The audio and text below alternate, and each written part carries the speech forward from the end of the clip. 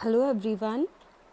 So I am Miss Kirtida Naik and I'm going to take your management subject for this year.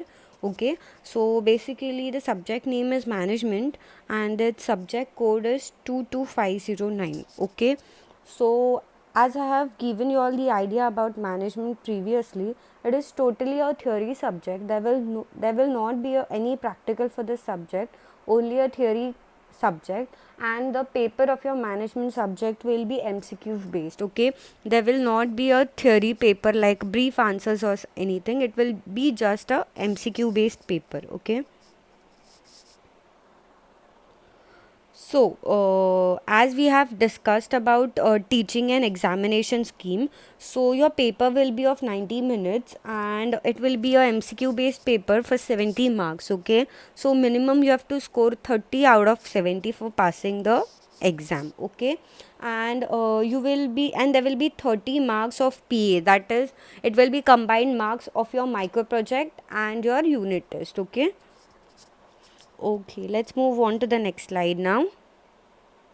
Okay, so this is basically syllabus for your management subject. So there are basically 5 chapters. First chapter is introduction to management concepts and managerial skill. Second chapter is planning and organizing at supervisory level. Third chapter is directing and controlling at supervisory level.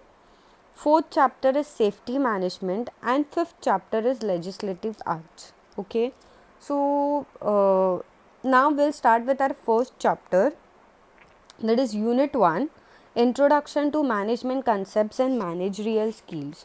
Okay, so basically in this chapter you are going to learn exactly what's the definition of management, then what is the role and importance of management, then different characteristics, principles and levels of management. Okay, then also you will learn what is management, administration and organization, and you will learn the relationship between management, administration and organization. Okay, then the next topic will be what are different types of functions of management. Okay, and then also you will learn the functional areas of management and managerial skills. So everything related to basic concepts of management you are going to learn in short in this chapter. Okay, so let's begin with it. Okay, let's move on to the next slide. Okay, now where exactly the word management came from? Basically management came from the word manus. Okay, latin word manus. Okay, so basically the meaning of manu was a driver that is controlling a team of horses that are pulling a cart. So it basically came from the word driver controlling a team of horses pulling a cart. But later on, many authors and many thinkers have defined management in their own different ways. Okay, so let us see one by one what are their ways of defining a management. Okay, so first of all is Henry Fayol. He defined management as to forecast and plan, to organize, to command, to coordinate, and to control. Okay, he defined management as this. And next is your Blanchard. What does he define management? He defined management is basically working through individuals and groups to accomplish a particular task in an organization or a goal in an organization. Okay, next is Mescon. What Mescon defined management as? He defined management as basically a process of planning, organizing, leading and controlling the efforts of organization members by using all the organizational resources to achieve a organization goals. Okay, this was defined by Mescon. Then is Mary Parker. He defined management as getting things done by others. Okay, then is Robinson. What does Robinson define management as? He defined management as a process of optimizing human, material and financial contribution for achievement of organizational goals. Okay, this was defined by Robinson. The last one is Drucker.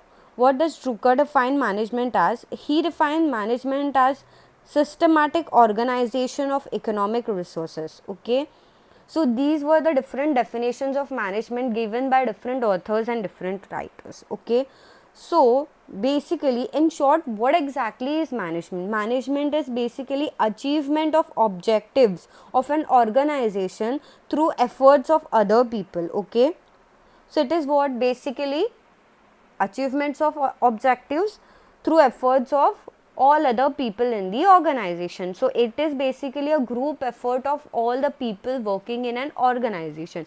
And managers, what does the management does? It gives instruction to a lower level staff, and he does and the staff members take efforts and achieve the goal or objective. Okay, now see the two figures are given below. See, you can see this figure, first figure, that is a organization without a management. In organization without a management, how it will work? It will just have workers, and the workers have to perform the task. So but without management, there will not be a proper coordination among the workers. So it is better to have a management. So we will see how a organization with management will work. So there will be a manager. Manager will assign particular task according to the skill of the lower level people, and assign a one task to all the people, and the other people, that is below the management, will perform the given task, so that organization can run smoothly. Okay, so this is organization with management, that is manager give instructions to other people, that is lower level workers, and worker will perform that particular task. Okay, so it is always better to have a so every organization has its own management and a manager who controls the activities of the organization. Okay,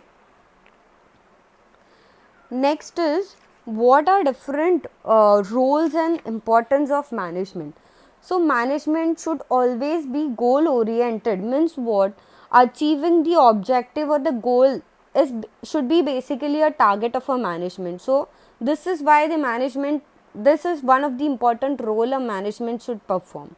Then management is always associated with group efforts. Not a single person in the organization can achieve the objective. So a management should keep coordination between all the or every member of the organization and perform all the activities with group efforts. Okay, then is management is always intangible, then management is always situational. Okay, and it is also a combination of art, science and profession. Okay, it is universal, that is every organization has a management. Okay, so it is basically universal. Okay, so these are basically main role and importance of a management. Okay, let's move on to the next slide now. Next slide is characteristics of management. So basically characteristics of management are defined based on a threefold concept, that is management as an economic resource, management as system of authority, and management as a class or a elite. Let's see one by one.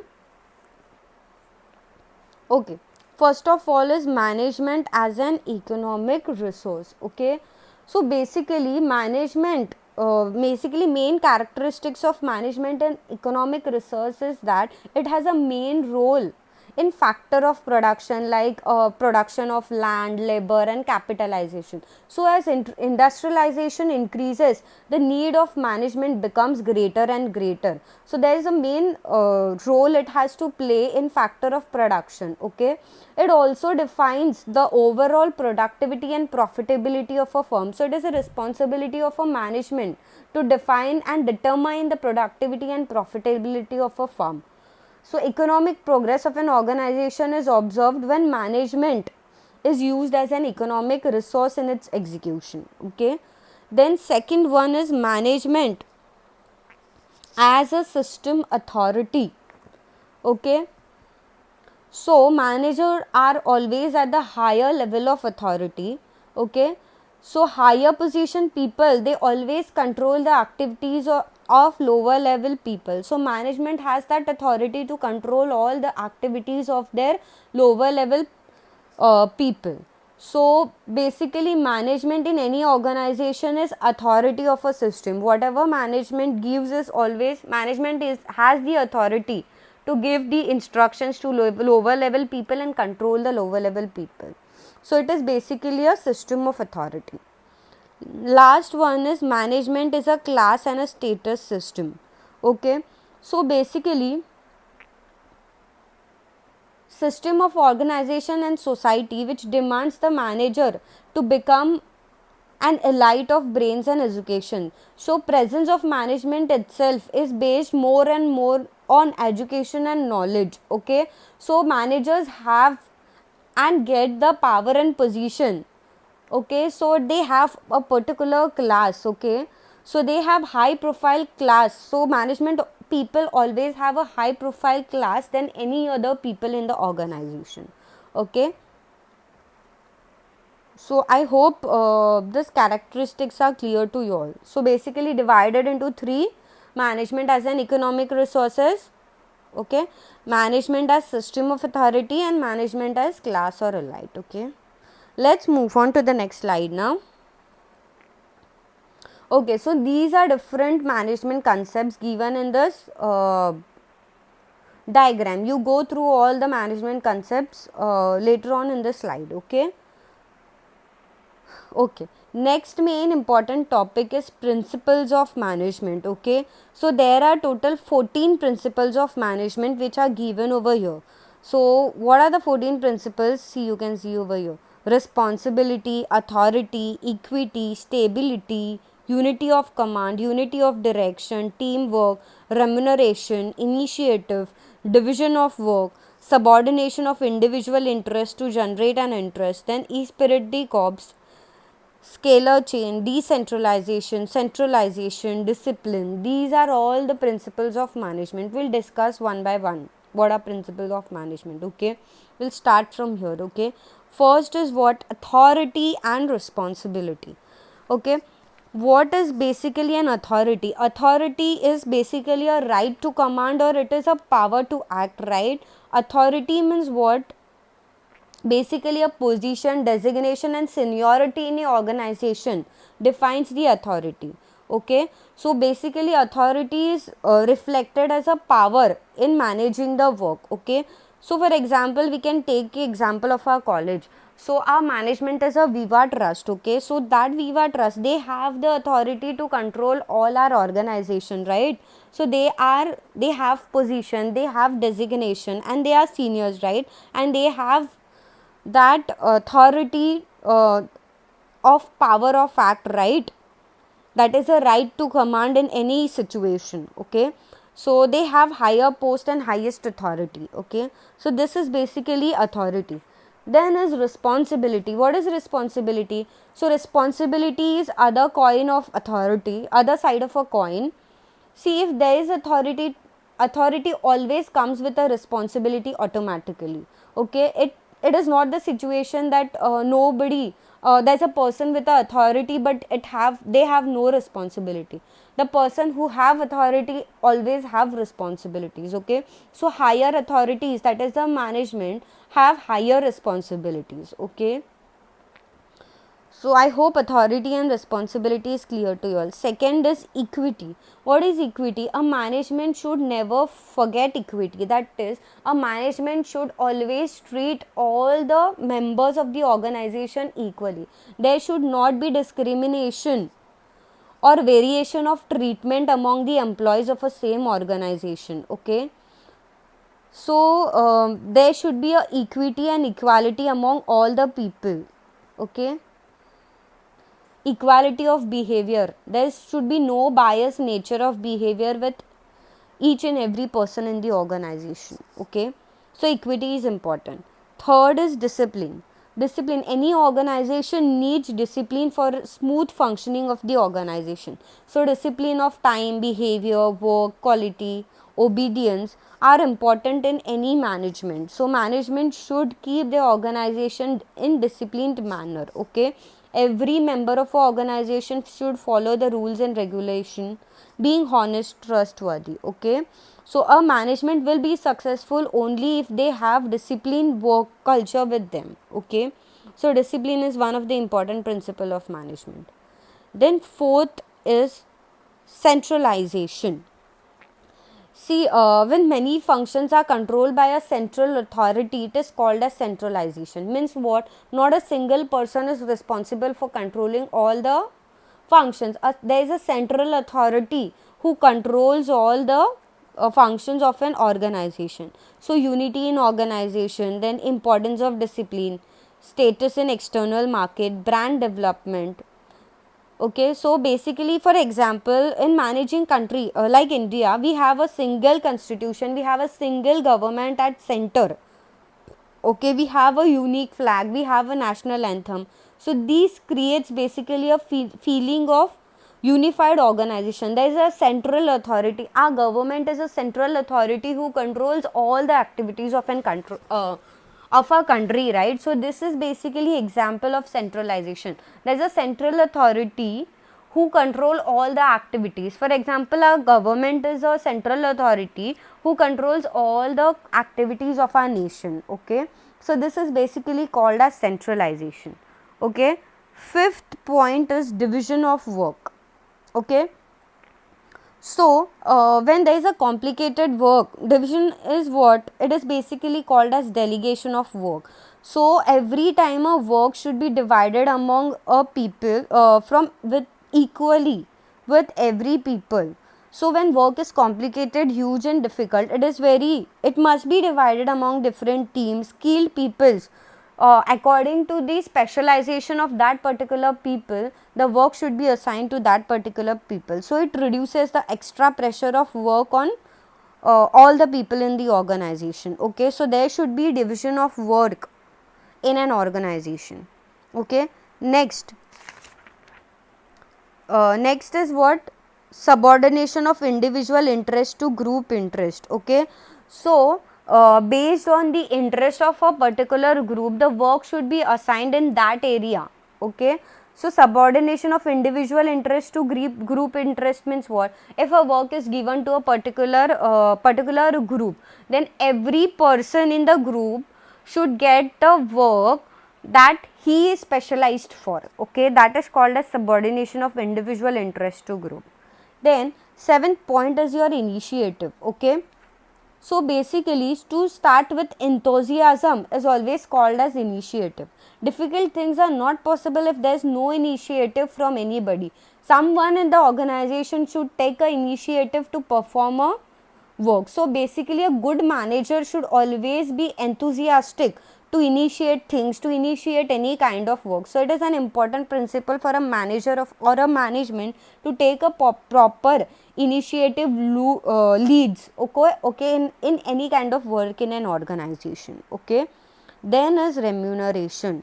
Okay, remuneration means a good pay of money, that is a good salary. Okay, so every management should make sure that every people in an organization get a good remuneration according to their qualification, their designation, their responsibility, then their dedication to a work and their performance. So management should take into consideration all this point while deciding the remuneration of an employee. So always a good remuneration keeps the employee happy and satisfied in the organization. So it is a duty of principal to take this point into consideration and give remuneration according to the qualification designation of an employee. Okay, then is the ninth point. Ninth point is the teamwork, that is ninth principle is teamwork. Okay, so always a good teamwork is always better than a individual performance of an organization. Okay, so completion of this work in time with quality and minimum wastage are expected from the employee. So when employee work properly and happily in a team, they produce good results. Okay, so single individual has many limitations. So when they work together in a team, it produces an effective result. So it is duty of a manager to make their employees work in a team properly coordinating. Okay, 10th point is unity of direction.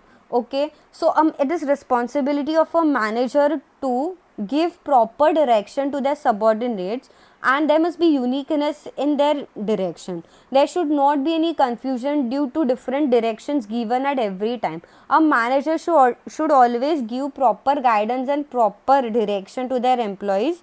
Okay, if direction of work are fixed, then the efforts can be taken effectively, which will definitely give desired results to the organization. Okay, so it is basically a responsibility of a management to give proper direction and unity in direction. Okay, always give good results. Okay, then is 10th point is unity of direction. Okay, unity of direction is always called as one boss principle. That is, when there are more than one higher authorities.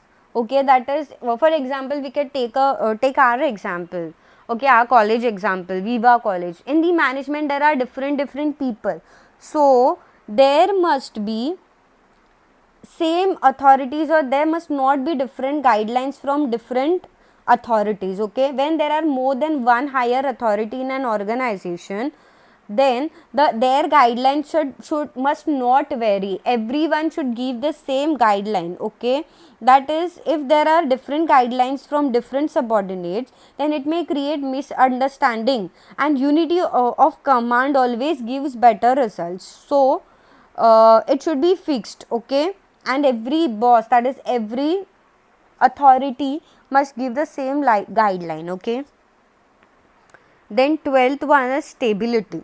Stability means what? Stability, management must always provide stability of tenure to the employees. That is, they should feel secure among themselves. Okay, and they should, which leads to more concentration of work. It always, stability always helps in growing the organization. Okay, so concentration in work is always possible by stability. Okay, and also the insecurity is less when there is a stability provided by the management. Okay, so 12th is stability. Then 13th principle is scalar chain. See, basically scalar chain is called as line of authority. Okay, it is called as line of authority. So it is basically a chain of superiors from highest to lowest rank. That is, there should be a coordination from chain from highest authority to lowest authority in the organization. This chain should always be short circuited. That is, it should be a continuous line of authority. That is, higher management, then middle management, then lower management. Okay, so there this chain should be throughout all the levels of organization. Okay, then last principle is e-spirit the corps. It is basically concerned with teamwork. Team with harmony and proper understanding is always expected. So coordination and communication are necessary for a success in a team. So e-spirit the corps means coordination and communication between the team members when they are working in a team. Okay, so these are 14 principles of management. I hope all the principles are clear to you all. Okay, now let's move on to the next slide, that is levels of management and their function. Okay, levels of management are basically described in a pyramid structure. As you can see in the figure, you can see the pyramid structure over here. So they are basically divided into three. First is your top level management, that is strategical management. Then second is your middle level management, that are tactical management.